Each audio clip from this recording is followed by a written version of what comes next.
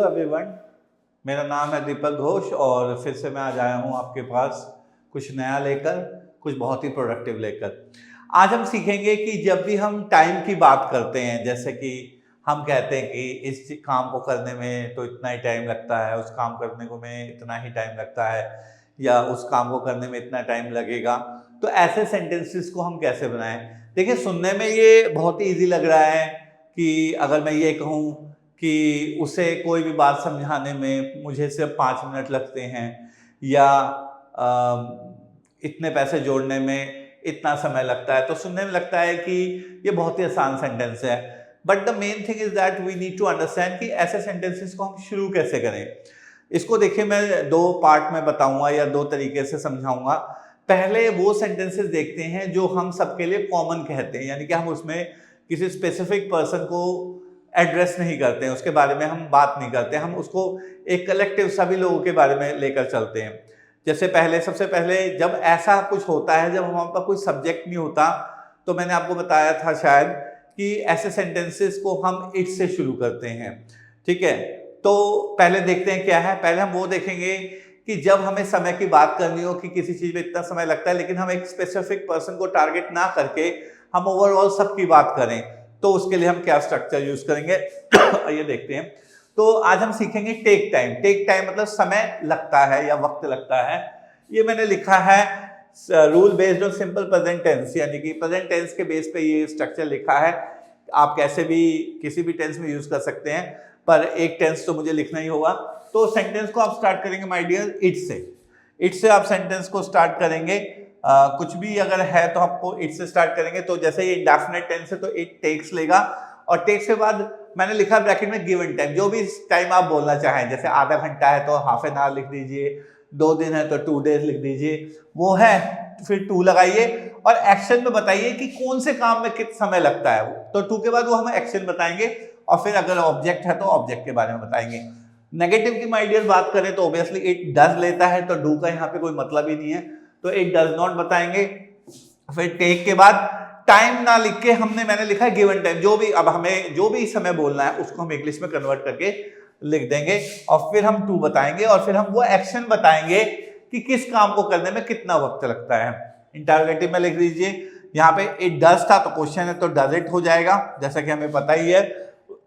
फिर हम take time, हम बताएंगे क्या टाइम है, जो भी टाइम है बाबा बता रहा हूँ। गिवन टाइम का मतलब आपने बेटा गिवन टाइम नहीं लिखना, जो भी टाइम के बारे में हम बात कर रहे हैं, जो भी हमें दिया हुआ समय वो लिखना है। फिर टू करके हमें बताना है फर्स्ट फॉर्म देके कि कितना हमें समय लगता है, और फिर ऑब्जेक्ट लगाना है। इस तरह से अगर इंटरोगेटिव नेगेटिव बनाना चाह रहे हैं तो डज इट नॉट लगाएंगे, फिर टेक लगाएंगे, और फिर जो भी गिवन टाइम है वो लगाएंगे, फिर टू लगाएंगे, फर्स्ट फॉर्म लगाएंगे, फिर ऑब्जेक्ट लगाएंगे। ये तो है माय डियर हमारा स्ट्रक्चर। इसका आप स्क्रीनशॉट ले सकते हैं ताकि आप इसको बाद में देखकर भी पढ़ें। अब इसको हमें एग्जाम्पल की तरह एग्जाम्पल से समझने की जरूरत है। आइए देखते हैं। मैंने कुछ एक एग्जाम्पल लिखे हैं।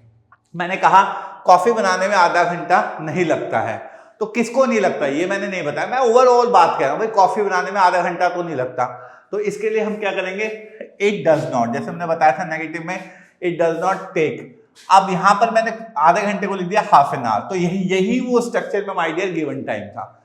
हाफ एन आवर, टू के बाद एक्शन, किसमें नहीं लगता, प्रिपेयर कॉफी। तो ये आपको बहुत इंपॉर्टेंट चीज है कि वो गिवन टाइम का जो भी आप बोलना चाहते हैं उसमें आपको गिवन टाइम लगाना पड़ेगा। क्या इस नदी को पार करने में 2 दिन लगते हैं, तो मैं पूछ रहा हूं, अब ये फिर से बता रहा हूं, मैं ये नहीं पूछा कि आपको लगते हैं या मुझे लगते हैं, ओवरऑल पूछा भाई कितना टाइम लगता है। तो आपने कहा 2 दिन, तो मैं कह रहा हूं 2 दिन लगते हैं, तो does it take, given time हमारा क्या है 2 डेज, तो 2 डेज लिख दिया मैंने। 2 इसके बाद एक्शन, यहाँ पे माय डियर हमें एक्शन बताना है, this river, cross this river. तो अगर 2 दिन लगते हैं तो मैं पूछूंगा does it take 2 days to cross this river. और इसी तरीके से अगर मुझे कहना है कि 10 लाख रुपए जोड़ने में कई साल लगते हैं, तो 10 लाख रुपए जोड़ने में कई साल लग रहे हैं, मैं ओवरऑल बात कर रहा हूं, ठीक है ना, आपकी या मेरी नहीं कर रहा। हो सकता है आप कम समय में जोड़ें या मैं ज्यादा समय में जोड़ूं, मतलब अलग अलग है, लेकिन मैं ओवरऑल बात करता हूं कि 10 लाख इतनी बड़ी रकम है जो इतनी जल्दी नहीं जोड़ सकती है। तो मैंने कहा इट टेक्स, ठीक है, कई साल, many years to save 10 lakh rupees. तो इसी तरीके से जब भी आपको सेंटेंस बनाना हो माय डियर, आपको बोलना हो इस चीज में इतना समय लगता है, इस चीज में इतना समय लगता है। फॉर एग्जाम्पल अगर आपको कहना है जैसे किसी किताब को पढ़ने में कम से कम 1 हफ्ता लगता है फॉर एग्जाम्पल, तो आप लिखेंगे इट टेक्स एटलीस्ट बेटा जी क्यों लगाया मैंने, क्योंकि मैंने कहा कम से कम, it takes at least 1 week to read any book my dear.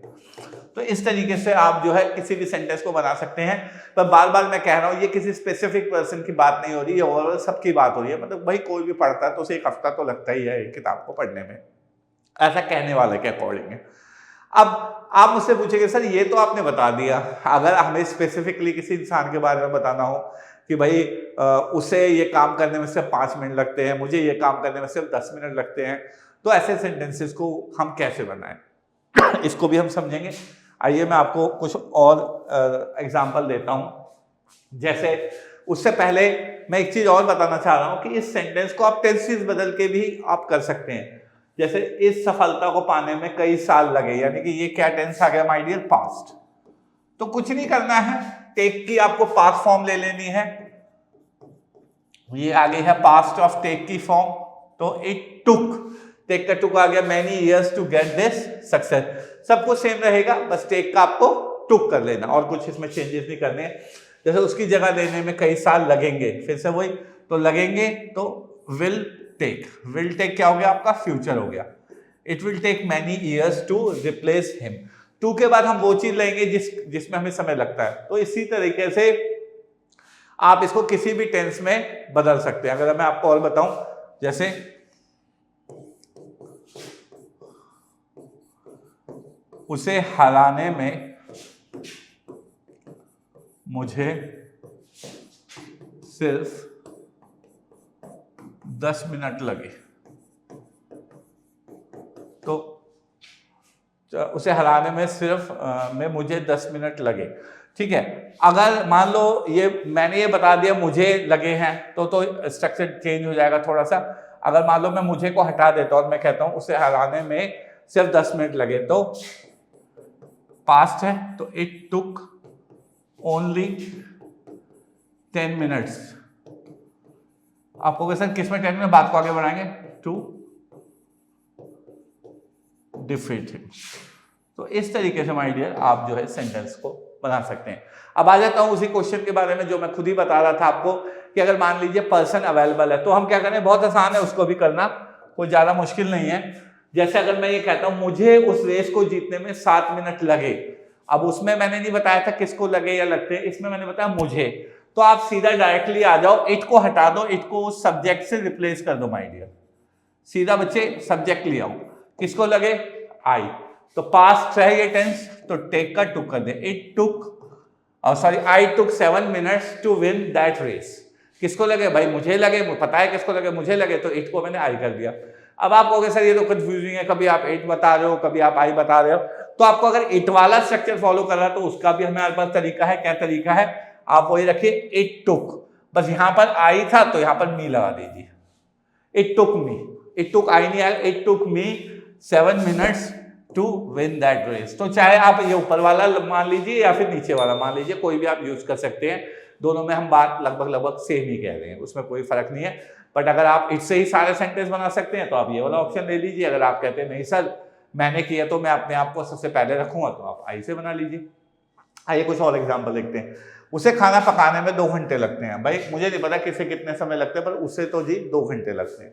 तो शी टेक्स, ऐसे यस आपको पता है टेंस का लगा, शी टेक्स 2 आवर्स, किस में लगते हैं भाई, वर्ब से बताया, cook food, she takes 2 hours to cook food. और फिर से अगर आपको इससे ही बनाना है तो इट टेक्स, शी का देखिए मैंने क्या ले लिया, यहाँ पे शी नहीं लगाएंगे, उसका ऑब्जेक्ट पार्ट लगाएंगे, इट टेक्स हर 2 आवर्स, किस में लगे, टू कुक फूड।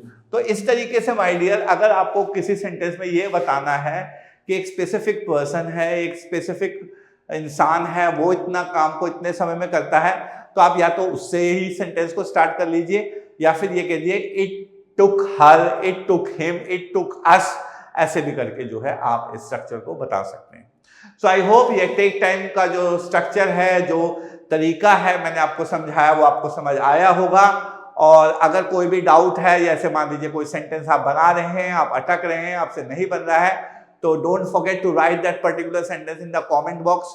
मैं हर कमेंट को पढ़ूंगा और आपको बताऊंगा कि उस स्ट्रक्चर को हम कैसे बनाते हैं। आई होप आपको ये वीडियो अच्छी लगी होगी। अगर आपको ये वीडियो पसंद आई है तो चैनल को लाइक सब्सक्राइब जरूर करें और बेल आइकन को जरूर दबाएं, क्योंकि जैसे ही मेरे 1000 सब्सक्राइबर पूरे होंगे, मैंने ये सोचा है कि आपको बिल्कुल स्पेसिफिक तरीके से टेंसेस से लेकर चलूंगा और आपको एंड तक इंग्लिश के जर्नी पर मैं आपको गाइड करता रहूंगा और आपको सिखाता रहूंगा स्टेप बाय स्टेप। पर इसके लिए आपका चैनल को सब्सक्राइब करना, अपने फ्रेंड्स के साथ शेयर करना बहुत जरूरी है, क्योंकि आपका एक शेयर मेरे लिए बहुत बड़े मोटिवेशन का काम करता है। आई होप कि आपको चीजें समझ आ रही होंगी और इसी नोट के साथ मैं आपको कहूँगा अलविदा। जल्दी मिलते हैं आपके साथ नेक्स्ट वीडियो में। Bye bye, take care.